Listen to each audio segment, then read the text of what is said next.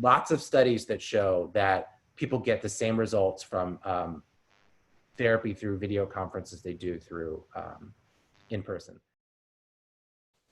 Acceptance can be something that happens in an instant as soon as I determine or you determine that to be so. And for other folks, it can be the most Herculean effort, possible. So I love the thought that you're giving us, which is there is an iceberg underneath that we can't control. Here's the little 15% of the cornice that's sticking out of the water.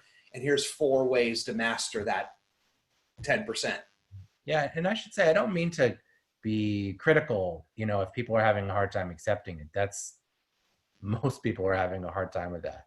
I just mean to say it's helpful to think about changing your, slowly or incrementally changing your perception on, how to move towards acceptance. It takes for some people, acceptance of any change takes a long time. And like you said, we're all different. And so but people will get there. It's just a process, and everyone has a kind of a different process that they're moving towards right now. Well said, young man. So before we wrap here, were there any resources you wanted to point people in the direction of, or? Yeah, let me share my screen here. So we got some show and tells. I like show and tells. So one that I really like is the one that I actually first read that I found to be really helpful. Let's see this. Why am I not? Can you see anything? I don't think anything's happening yet. There we go. There we go. Yep. And then I did this internet speed test thing because we were having connection trouble. now that's showing up here. Wait, let me move this a little bit. Hang on. Come on. Oh, wait, here we go. So it was, I'm having trouble getting to this, hang on a second. Well, Jesse, we're having a, there we go. Okay. So I like this guy here. Can you see that? I can. Okay. So this comes from Harvard School of Public Health. It's just tips for managing stress. It was one of the first ones that came out that I saw, talks through knowing the signs of stress and things like that. And it actually, I kind of echoed some of this stuff from here. I actually learned a lot from reading this, how to stay connected, how to manage your stress, what are the unhelpful ways. There's a million of these. They all kind of say the same thing.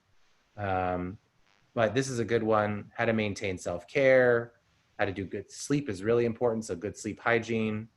So this one, you can find, there's this link up here, or we can paste a link in later. And then I really like these guys. This is from the Center for a Study of Traumatic Stress.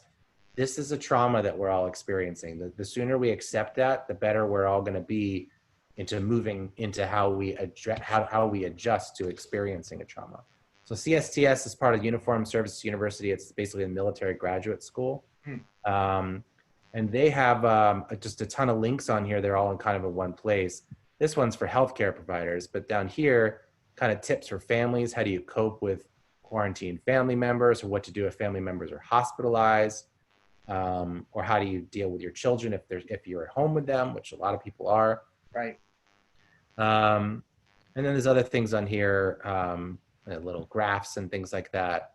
So there's kind of just a lot of sleep. Yeah, I mean, we didn't even hit on that. I mean, we both know this list could be 53 things long, right? So thank you for doing the impossible task of getting it down to 4. But man, sleep's a big one, huh? Sleep is huge. Sleep is huge. It's your immune system works better when you're sleeping.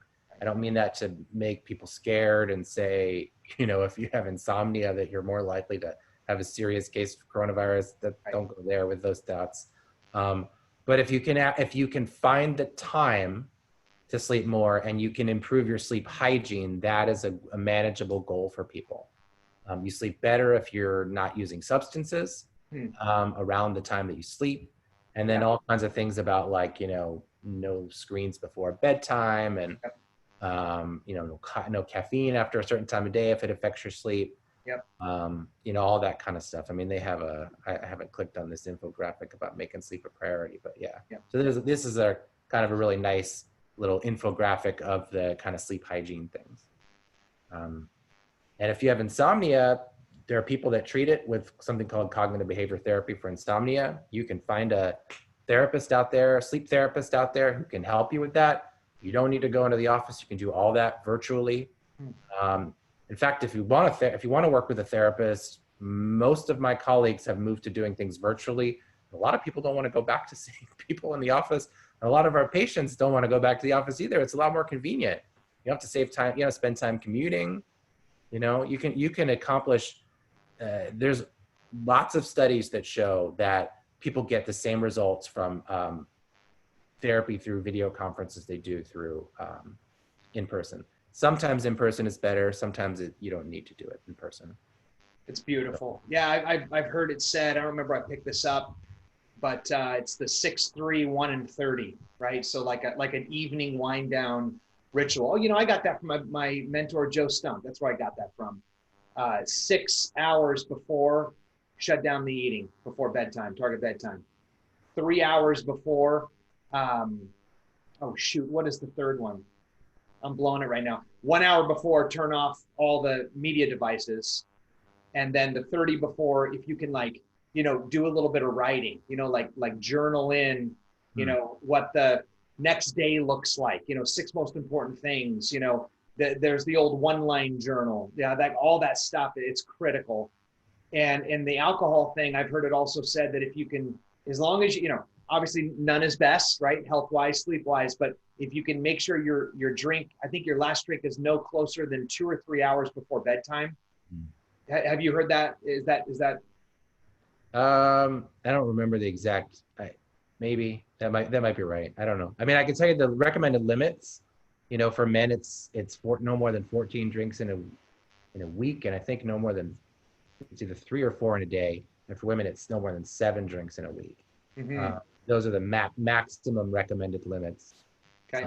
But for some people, everyone's got their own little formula. For some people, that's too much. Right. For some people, they could probably do more. But, you know, it's not just does it tear up your liver, does it affect your sleep, does it affect your, you know, so many different things does it make you gain weight, and, you know, so many things. I just remembered, by the way, I screwed that up. The 6 hours is no caffeine. That's what 3 hours is food. Yeah. 1 hour is no screens, and then the last 30 to right there. So yeah, quick edit on that. Yeah, ideally caffeine just in the morning, but some people, you know, to me, I could drink it at night and still sleep, but not everybody can. So it's ideally you don't. Even if you do sleep with it, you may get poor sleep. So yeah. But sleep is a huge one, and I think I see so many people out my window that I never have seen before in my life out there exercising. Beautiful. All these neighbors I probably never see because our schedules don't line up, and I don't see when they come and go, and suddenly they're all out. They don't have to be running; they could be walking, you know, whatever it is. But just getting out and moving around a little bit, it can be so much more helpful for your physical health and your emotional well-being. So anything else you want to share, young man? I think that's good. The other thing, I didn't put it on there but try not to watch the news. A little bit a day is enough. There's so much negativity, so much bad information, misinformation on the news. You know, things that appear on the news are not necessarily, there's a lot of things that are not, most stories about scientific things are not actually rigorously scientifically studied. There's no evidence right now of any treatment that certainly meets the criteria for how we determine something to have good evidence for it. There's a lot of anecdotes out there, and that's okay. But there's so many stories, you know, you see, like, I can't even remember, but at one point it was like in New York, like 50% of the people in the hospital in New York are under 55 or something like that, which makes you frightened and say, oh my gosh, so many young people are getting really sick. But the reality is most of the old people in New York were staying home because they knew it was really dangerous for them. Young people were not. And then you have a much higher percentage of those people who got infected and then we know that of those people who get infected, some of them are going to get serious enough that they need to be hospitalized. That doesn't mean So the takeaway from that is not that this virus is incredibly dangerous for young people, still much more dangerous for older people, but it is to the point that we know that young people are not invincible, and some young people will get really sick, and some young people have died from it. The point is, there's a lot of bad information on the news, and it's not framed in helpful ways. I think it's helpful to look a little bit every day. You know, you can watch 5 minutes of the news or something like that, but there's just so much. I don't know anybody who feels inspired or happy by watching the news right now. It's not necessary, I think, at least from most news sources. So I think that's a really important thing too. Um, Yeah, well said. And just in how this organically started to sort of spawn and flower a little bit there, you know, we're already at like topic 7, to the spirit of the fact that we could probably do this for 4 more hours and the list would keep on growing. But I wanted to be respectful of your time. And thank you for coming on. Thank you for sharing that toolkit.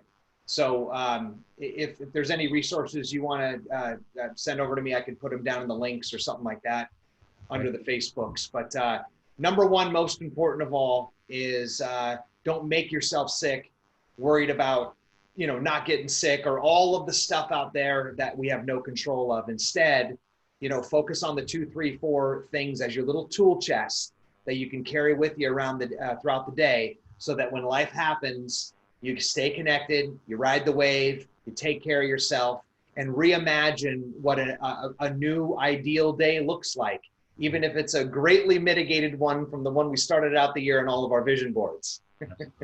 Absolutely, yeah. Yeah. Well, those are good. It's a good place to start.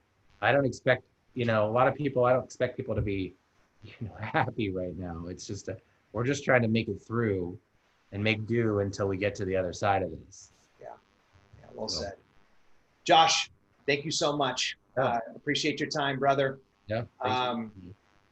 You made us all a little bit smarter here today. So, yeah.